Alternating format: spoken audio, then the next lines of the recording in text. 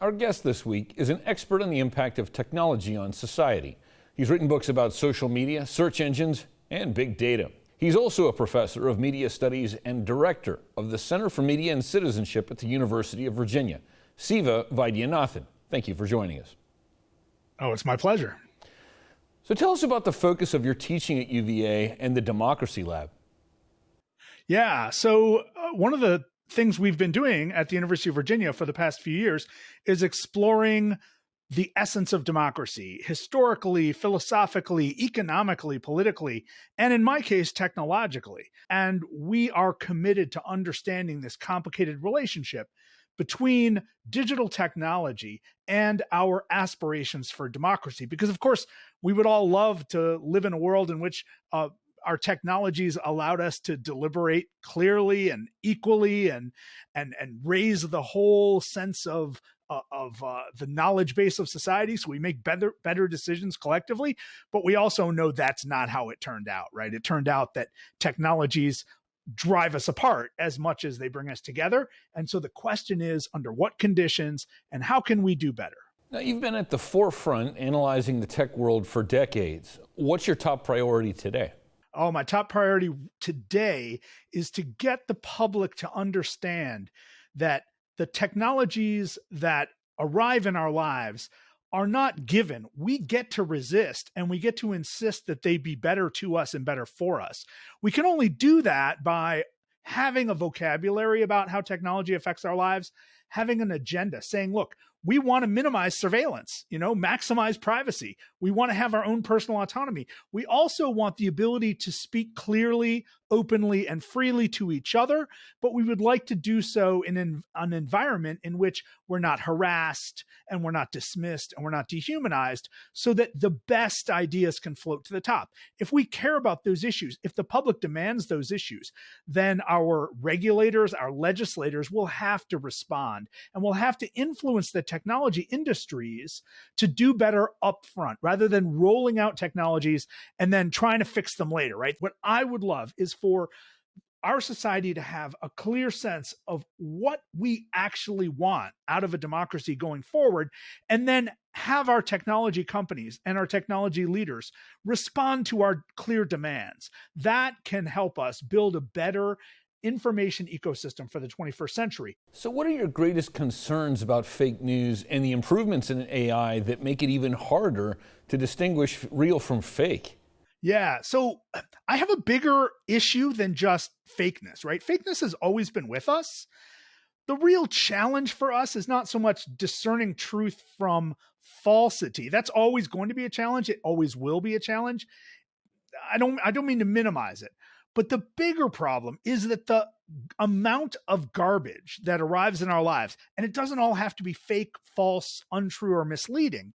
It can just be twisted, narrow, or highly emotional. All of that garbage that arrives in our lives distracts us and makes it really hard for us to connect with our fellow citizens and talk deeply and informatively about the challenges that are in front of us. So whether it's a challenge like how to deal with the next pandemic, which could come in, 12 months or 36 months, we don't know. How to deal with climate change, how to deal with human migration, which is happening all over the world, not just the southern border of the United States. What are the consequences? What can we do about it? These are deep conversations we should be having with the best information in the calmest possible way. And nowhere in the world are we doing that, largely because we're so overwhelmed by so much highly emotionally charged stimulation. Again, not all of it untrue, just not healthy. And so I would love to be able to have a news system and a deliberation system, places where we can talk it out in ways that are calm and respectful and informed. That's our only hope. That, I know, sounds a little bit naive given where we are right now and the anger that we have in the world, but I do think that has to be our North Star, and we have to aspire to improve ourselves both as citizens and as technological consumers to get that done. You say social media undermines our democracy. Why and how? Yeah, social media undermines our democracy largely by keeping us segmented, keeping us in our tribes, in our interest groups, keeping us with a constant sense of affirmation. If you engage on Facebook or on Instagram, or even on, WeChat, a Chinese system that is the most popular social media system in China, those systems are designed to give you more of what you say you want, right? So every time you engage with those systems, somebody is telling you that you're really smart and you're really funny and you really know what's going on and your opinions are correct and you're very good looking, right? So, all of that positive affirmation, which keeps us going back, that's a good thing to have in your life. But when it comes to understanding complicated issues in the world, it's not actually healthy. So all of that stimulation over time, all that affirmation, all that segmentation, so that you're pretty much only conversing with people who agree with you, after a while, that solidifies and really undermines a sense of citizenship, because a responsible citizen is one who is open and respectful of his or her neighbors, regardless of where they come from and what their assumptions are. And that's hard work. That's always been hard work. It was hard work long before we had social media and cell phones in our lives. It's even harder now. How is AI going to change how we live? AI is already changing how we live. So it's not even a future tense question.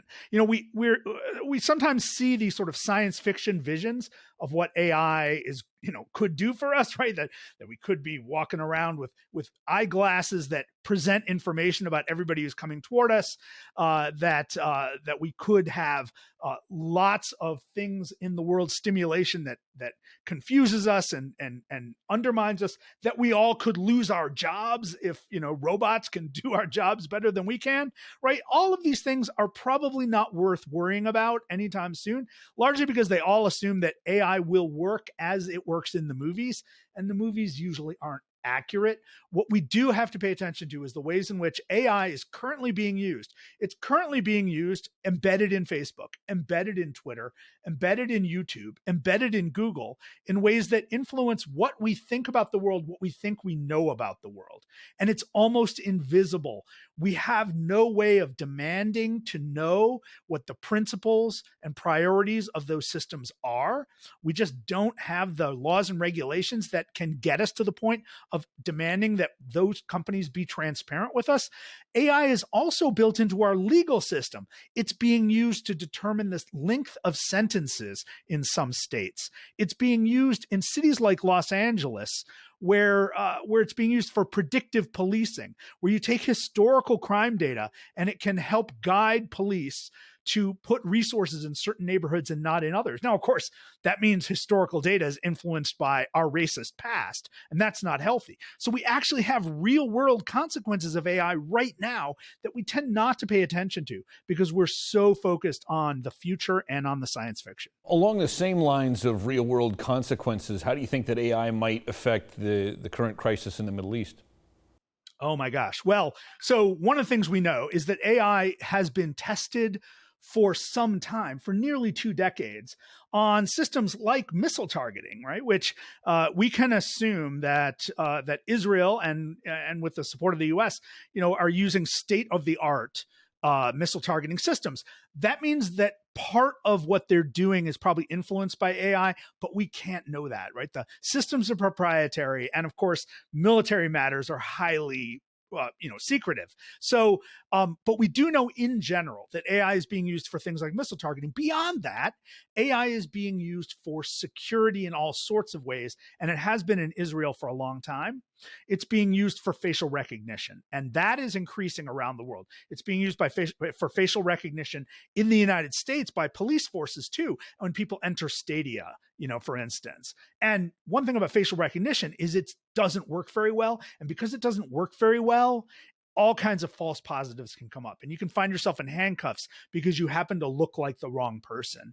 And that's especially true for people who have facial characteristics that that are hard for AI systems to pick up, like African Americans or people of African descent, who have a much harder time with facial recognition AI systems because they're trained on inadequate samples.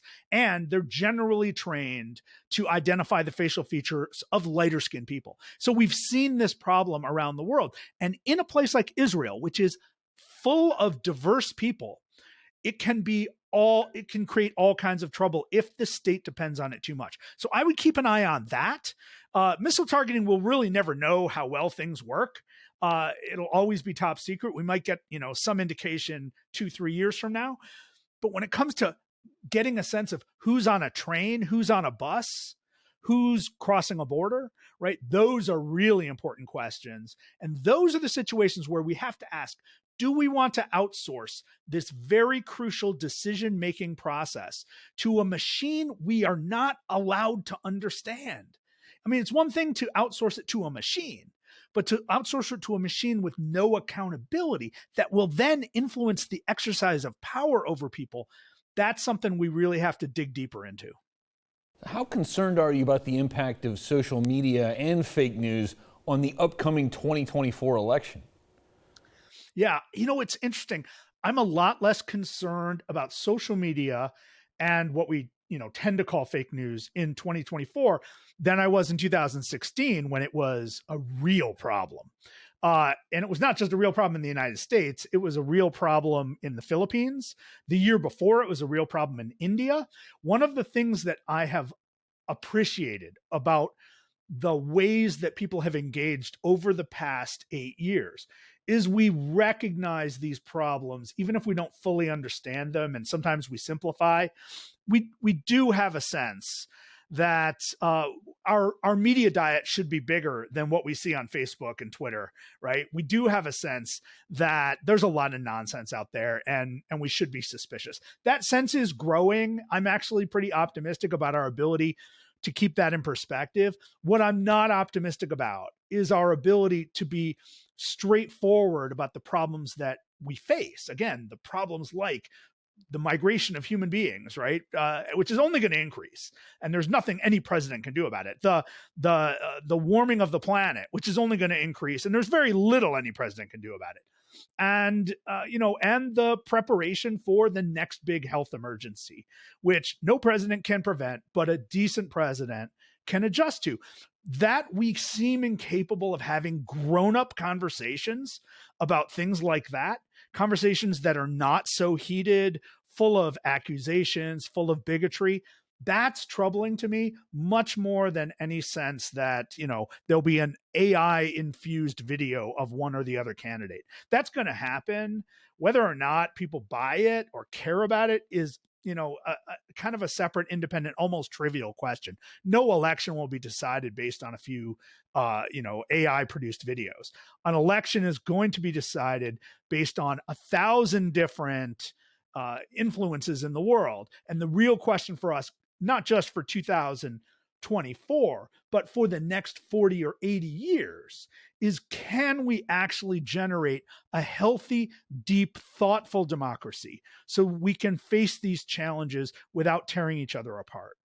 Siva Vaidyanathan, media professor at UVA, thank you very much for joining us. My pleasure. Thank you for watching. Continue to follow Virginia news and stories by subscribing to our VPM YouTube channel.